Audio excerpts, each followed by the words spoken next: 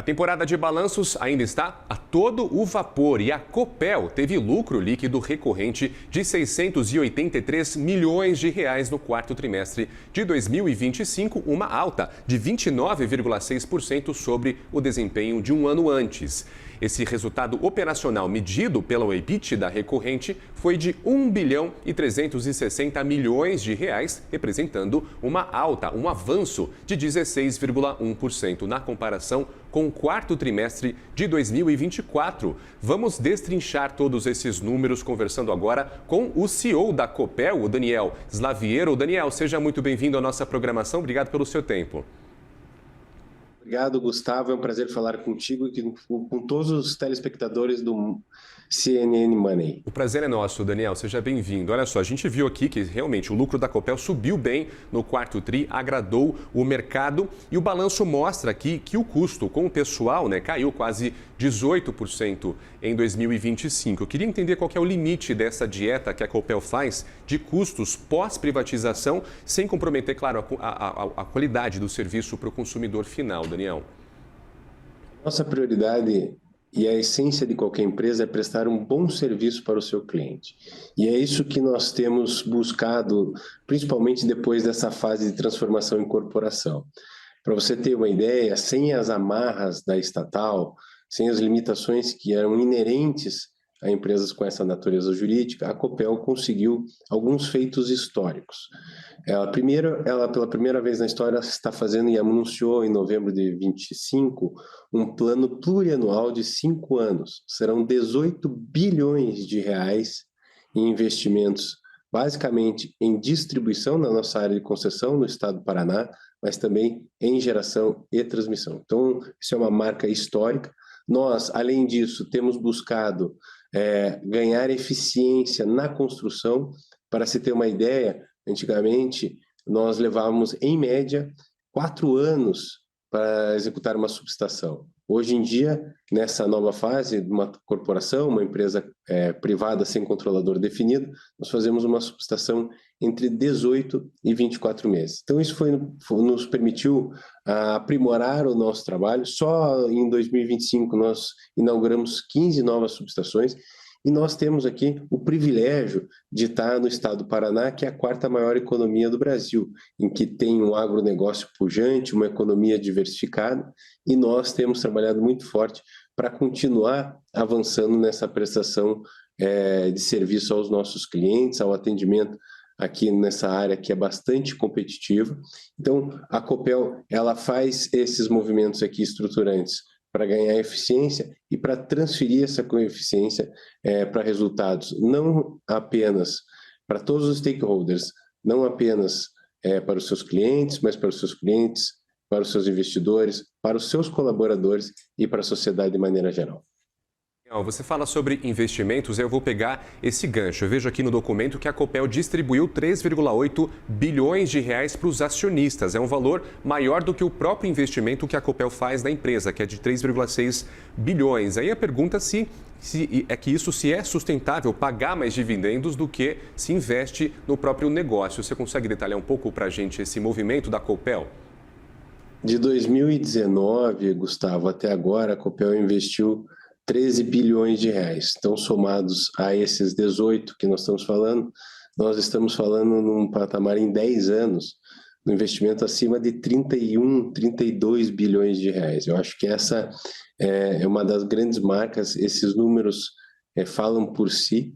Você tem um investimento médio aqui, linear, na faixa de 3 bilhões e 200, e isso nos dá garantia que nós estamos fazendo o que é melhor para os nossos clientes, para os nossos colaboradores, para os nossos acionistas, numa empresa que tem gerado muito valor para a sociedade. Você imagina que a Copel, nesta nova fase, ela conseguiu transformar todo o seu ecossistema aqui interno, ela está ganhando cada vez mais competitividade para poder trabalhar num ambiente e num setor que é cada vez mais dinâmico, seja pela necessidade dos seus clientes, seja pela conjuntura de eventos climáticos que estão sendo cada vez mais frequentes. Então, a companhia está se preparando para cada vez mais gerar mais valor e prestar, como eu já disse, um excelente atendimento aos seus clientes. E em relação os acionistas, e 2025 especialmente, nós tivemos um fato não recorrente, que foi a migração para o novo mercado.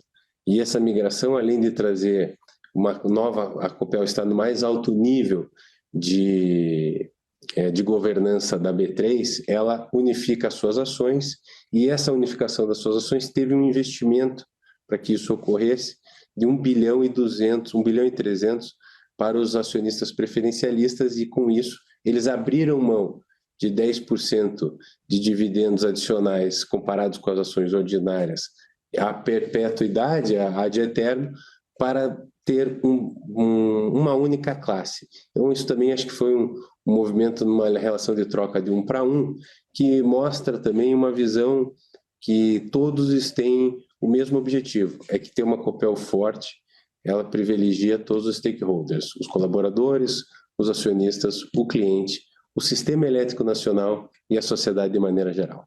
Bem, o tema da migração para a Bolsa, para a nova Bolsa, é bastante importante. Já até antecipou minha próxima pergunta. Mas a gente fala agora sobre o plano de investimentos da Copel, que prevê que até 2030 um investimento de 18 bilhões de reais. E, Daniel, a gente vive um momento econômico sensível no Brasil, que é a taxa de juros altíssimas, é a maior em 20 anos, atualmente em 15%. O Copom já deu o guidance de que esse ciclo de corte de juros vai começar na próxima reunião, mas mesmo um corte muito robusto ainda representa juros altos aqui no Brasil. Como é que a Copel pretende financiar esse desenvolvimento sem pressionar o caixa da empresa, Daniel? A Copel tem uma alavancagem muito comportada, conservadora.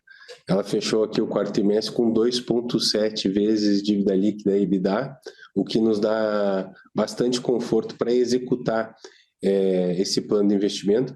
Além disso, ela tem uma geração de caixa por ativos maduros, estáveis, bastante previsível, né? Agora, esse tema da questão de juros, ele preocupa não só o setor de energia elétrica, de infraestrutura, mas toda a economia. Quando esse longo tempo aqui de taxas muito altas, às 15%, ela tem impactos, né? Nós estamos prevendo aqui, você já noticiou ao longo do dia que a prévia do IPCA e assim por diante.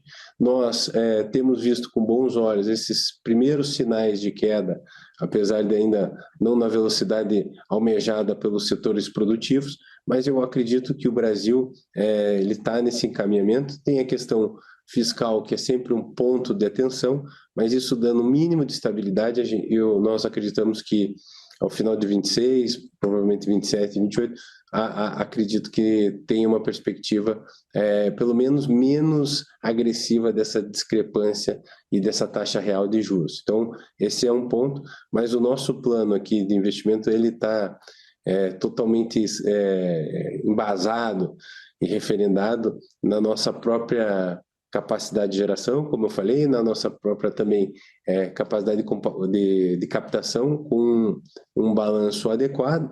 E nós temos que lembrar também que a companhia tem visto aqui, ela vai ter fatos relevantes na parte de distribuição, que é a revisão tarifária do próximo ciclo.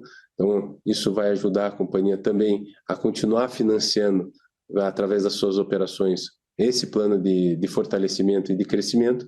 E nós estamos falando, basicamente, são crescimentos orgânicos, então com baixo risco de execução, e que ele traz retornos triplos para o cliente, para a empresa, para o cliente e para os nossos investidores. Daniel, a gente acompanha, claro, tudo de perto aqui, o desenvolvimento da Copel no mercado, também para a população. Te agradeço pelo seu tempo. Conversei com o Daniel Slaviero, o CEO da Copel. Sempre bem-vindo na nossa programação, meu caro. Até a próxima. Muito obrigado e parabéns pelo programa. Um abraço, Gustavo, e a todos. Um abraço.